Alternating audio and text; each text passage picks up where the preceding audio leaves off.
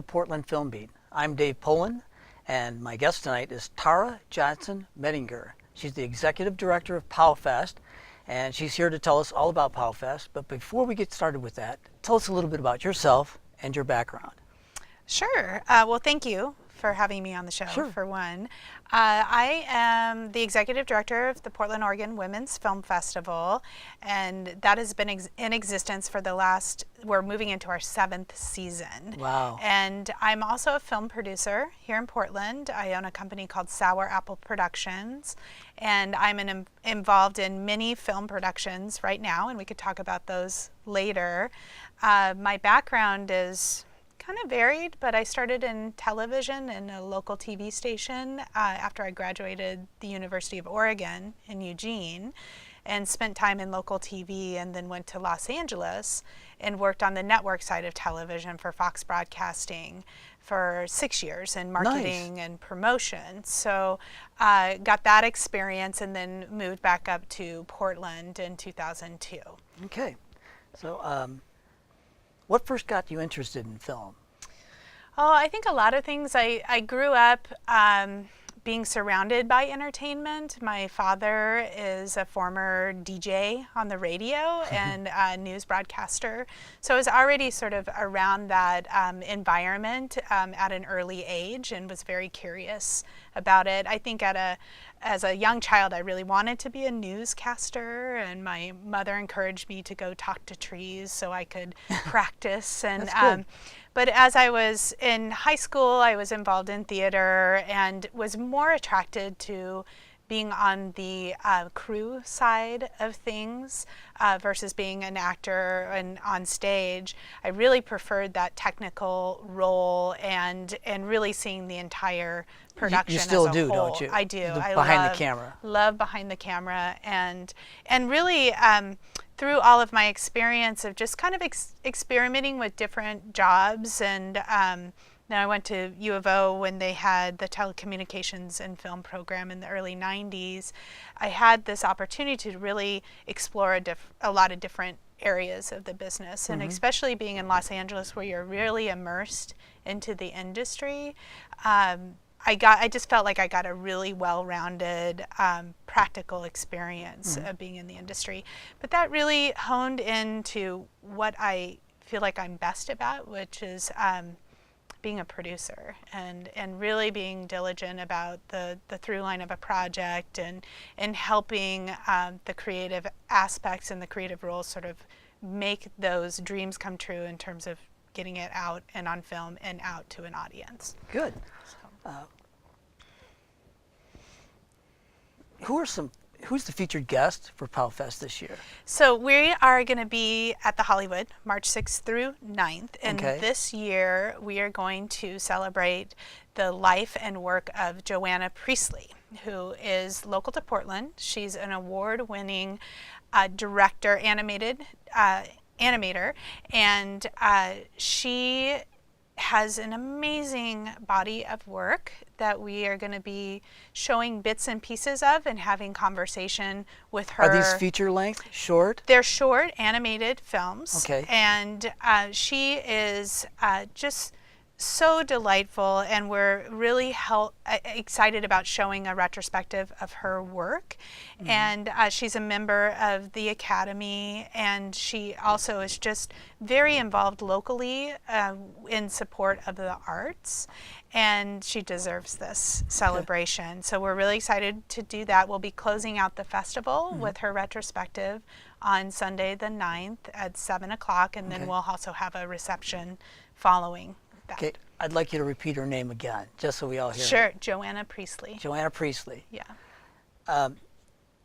At PowFest, tell us what the different genres you have. Do you have features, shorts, documentaries?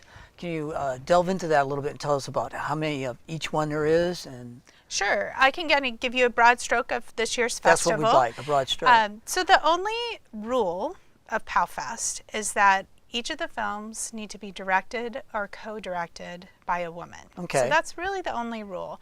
We accept all genres, And we try to focus on bringing a diverse range of films to the Portland audience. And so we work with young filmmakers all the way up to celebrating our true pioneers and their accomplishments in film. So like Joanna, every year we have a featured guest. This year, we are going to be opening our festival with Redemption Trail, which is a new film by Britta Sjogren, and she is from Portland. She doesn't live here currently, but there are a lot of people that are here in Portland that are involved with the film. And it premiered at the Mill Valley Film Festival a couple months back, and so we're excited to be their Portland premiere, their festival premiere here. That's the opening night? That's opening night on March 6th, and the film stars Lily Rabe and Lisa Gay Hamilton, and Lisa Gay will be here in attendance along with Bradley Sellers,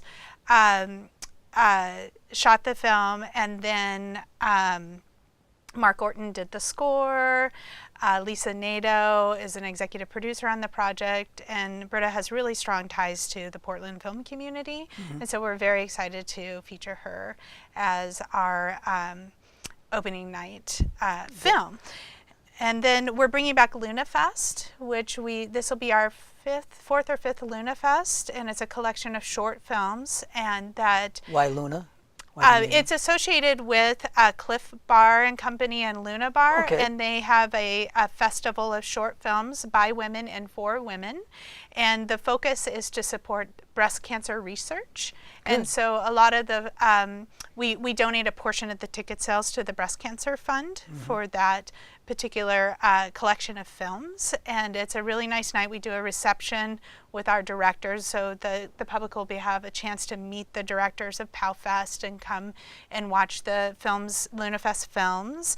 And if you're new to a film festival sort of viewing pattern, I always recommend coming and watching LunaFest because it gives you a great idea of what the quality of films that we show, and it's a really great introduction to a film festival environment. We also, on Saturday, the festival runs 4 days. And on Saturday and Sunday, we have pretty much a full day of programming in 2 different theaters. And we have... So we know the Hollywood. What's the other one? It's both at the Hollywood. Oh, all right. Yeah, so I understand now. Okay. Yeah, there's 3 theaters in there, and we're using 2 of their theaters throughout the day. We have some films that feature some local directors. Kimberly Warner, and her title is called 9, and will be in our animation and experimental block. Demae Roberts has her film May that's going to be showing on Friday evening, along with The Valley of Tears, which is a feature. And Alicia J. Rose has a new film called The Gift of Gravity, and Katie O'Grady produced that film, and it features a lot of young local actors, and they're premiering their film with us in our relationships block of short films. So we really try to put a spotlight on local filmmakers. So I try to, throughout the year, keep tabs on women directors and what they're up to, and if they're ready to show their film at PowFest, and trying to really welcome their work into the festival. We also put our net out pretty wide and accept a lot of international films as well. And this year, we have 2 filmmakers traveling in from Russia. And I'm really excited about that. And so, especially just after the Sochi Olympics. With the Olympics. So the 2 films on Saturday evening of the festival, Dog's Paradise, which is a featured narrative, and Lenar, which is a feature documentary, are both from the Russian Federation, and both of those filmmakers are traveling here and will be part of their screenings and Q&As afterwards. So I'm really excited about that. We also have a filmmaker traveling from China for a short film called Door God. And then we're hosting a world premiere of a film called Where the Darkness Has to Run on Friday evening, and the director and the DP of that film will be traveling in from the UK. So, it's a British film. Yeah, so we have a lot of filmmakers coming from pretty wide reaches of the world to come to Portland. You know, Portland's and certainly an attraction if you've never been here before. So Sure. we feel really lucky that our host city is Portland, and that we are able to bring in about 40 filmmakers this year to be a part of the festival. You know, we were talking about the featured guests this year.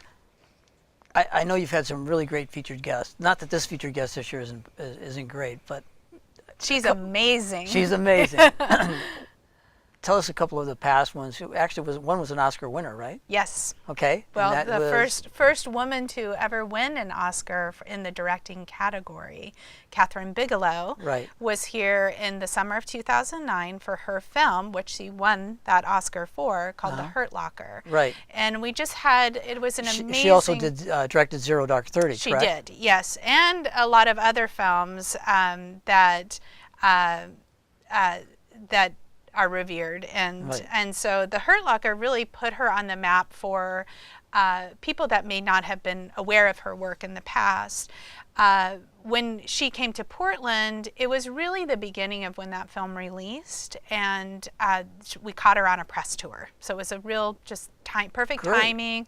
She was welcomed the opportunity, and we were able to put off an event for her that was really successful. And you were there. It was very hot. So it was very hot. Summer, very hot theater, and which was great for watching the film. But in the following 6 to 9 months, she really just, her presence on the award circuit really escalated. Oh, yes, it did. And she was certainly honored in many, many ways for her work on that film. The film has won many awards just on its own, but also she was awarded the Best Director Oscar for her work, and Right. and is still the only woman to have won an Oscar in that category.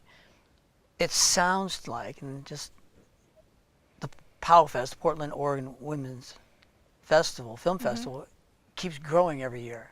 It does. So yeah. from 7 years ago to what are your expectations this year? As far as a percentage of growth, what do you think? I'm just curious about that. I mean, I really feel like our awareness grows every year within the community and in Portland. It seems worldwide as well. Absolutely. We're one of, a good 2 handfuls of women's film festivals throughout the world, and we actually network together, which is really great, and share films across our countries, and just make sure that we're supporting each other as a collection.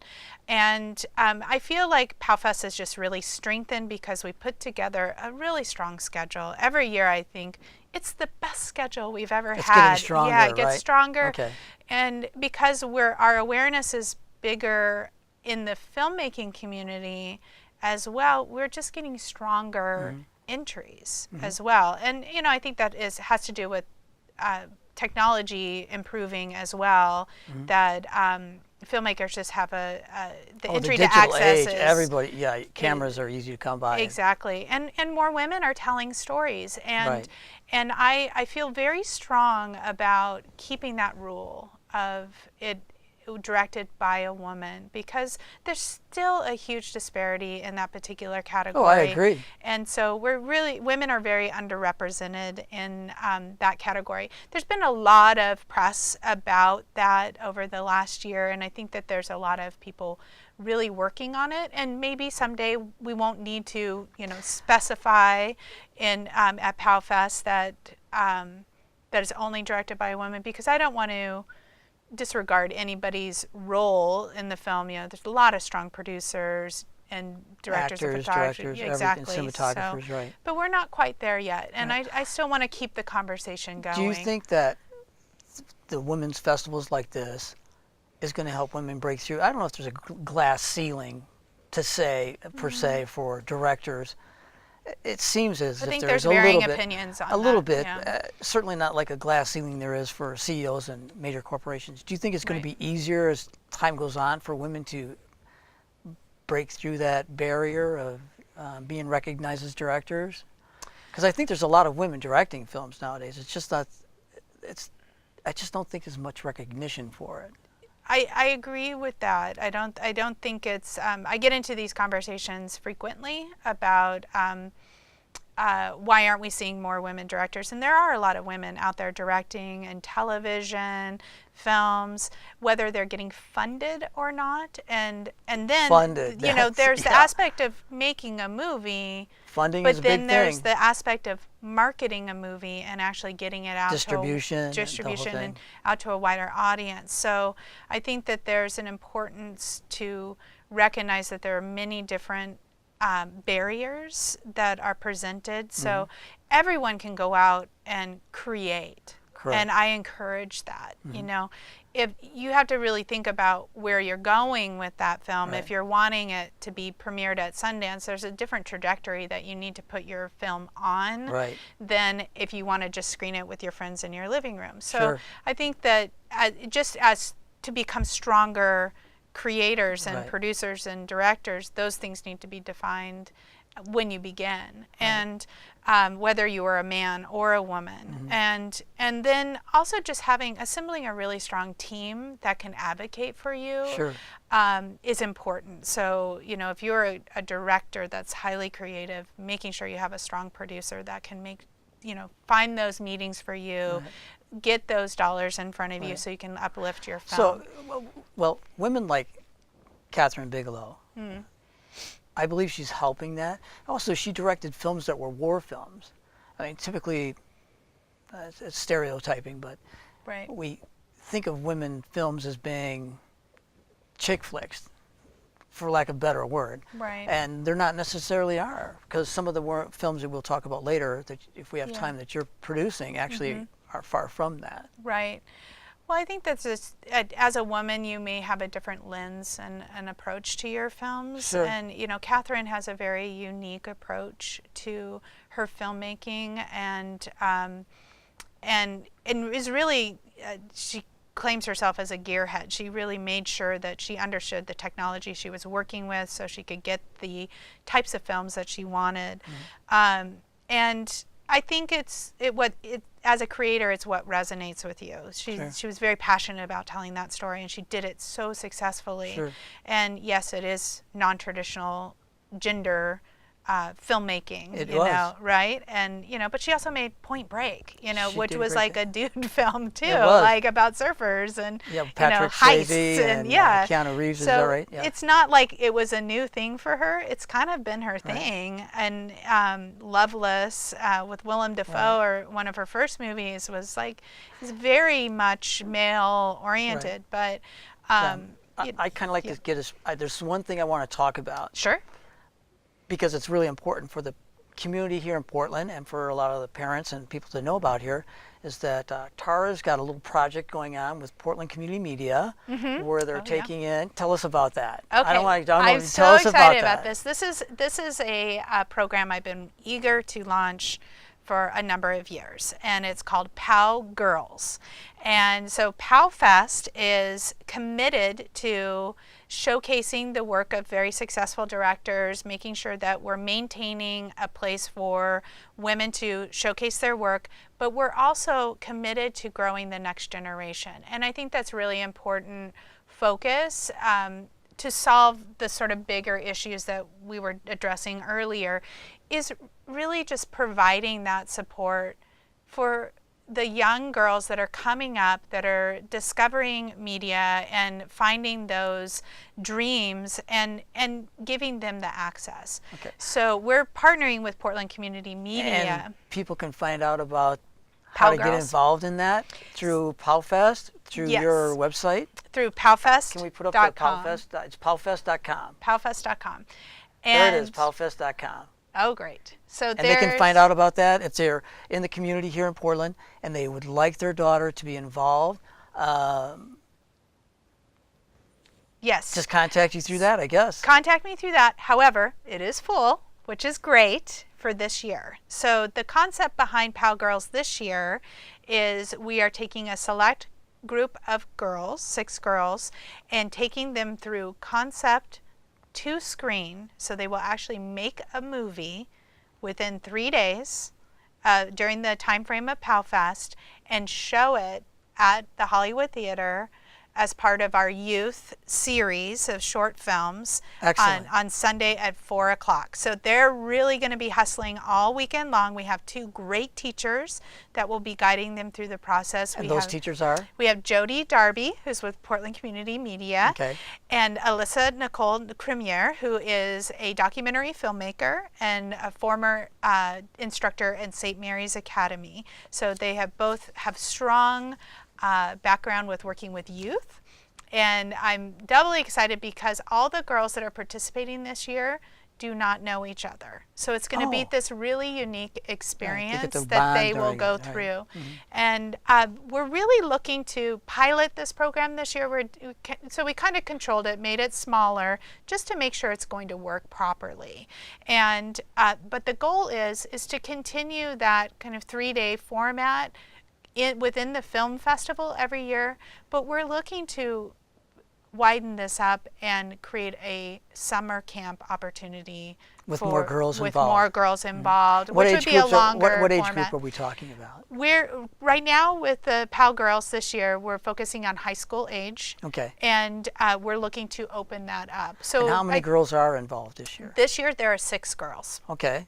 So we're super excited about it, and feel like it's going to be a very successful program, and I'm very committed. It'll launch them into knowing they can do something. Exactly. That's good. That's really good. Yeah. So we've done a lot of research on different programs throughout the U.S. that are successful in this format, and it was the right time, and it just kind of fell into place, and here we go. So.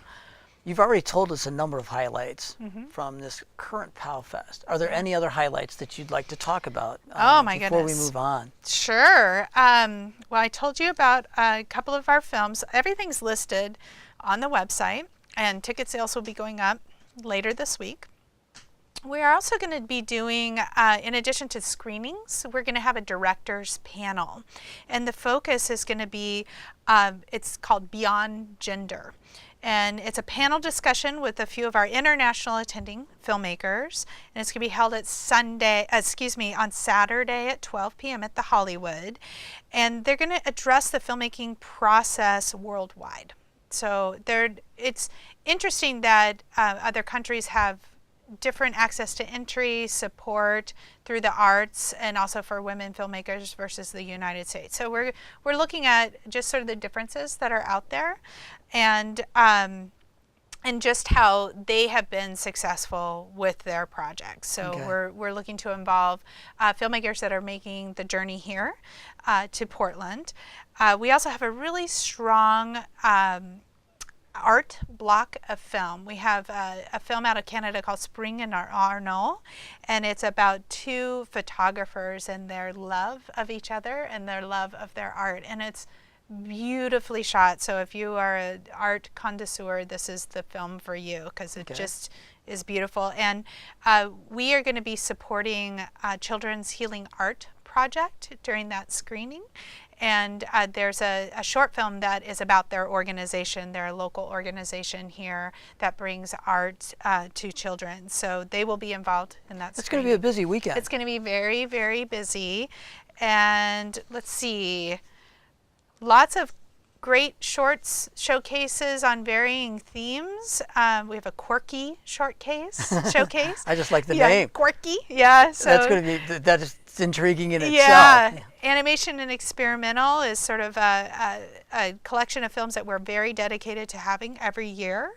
We also have a really hard-hitting documentary called About Face, which is the story of Gwendolyn Bradshaw. And as a 10-month-old, her mother placed her in a fire.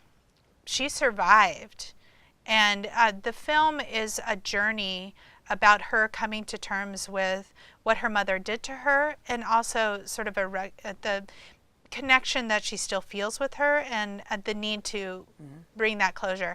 And Gwendolyn is going to be here. Oh, she will. The subject of the film will be here. So we're really excited that she did a crowdfunding to offset the cost to come to Portland and made her goal really quick. And so where's she coming from? I'm not exactly sure where she's coming from, but she's going to be coming to Portland. You know everybody else is coming from. Yeah, I know. There's a lot she's of names. U.S. based. No, there's a lot of names, yeah. a lot of films, and a lot of people come from where. Yeah. We've got about 3.5 minutes. Okay. Where do you see PowFest 3 to 5 years from now? Well, I want to keep growing and really. Do you think you'll have more theaters so that you can show more films, or just stay with the one?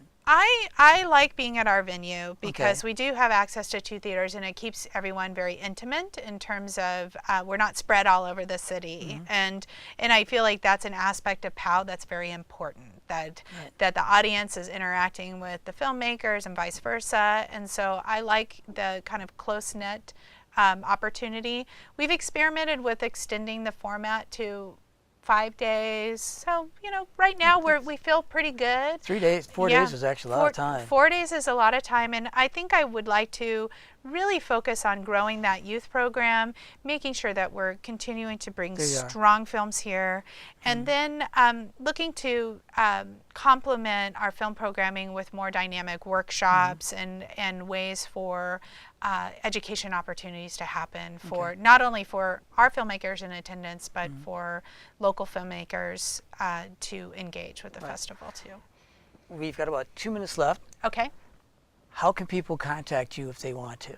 Well, the email, is sure. that the best? Can we put that one up there, Ellery? So we're having a volunteer meeting here pretty soon next week, and a couple of volunteers meetings there before. It is, info@powfest.com. Info@powfest, so if you're interested. And if you want to get involved, contact us. They need the volunteers, and you can get involved with some filmmaking from meeting people here, which would be exciting. It's a great place to network with other women and other men. It's not. I go. Yes, you do. Thank you.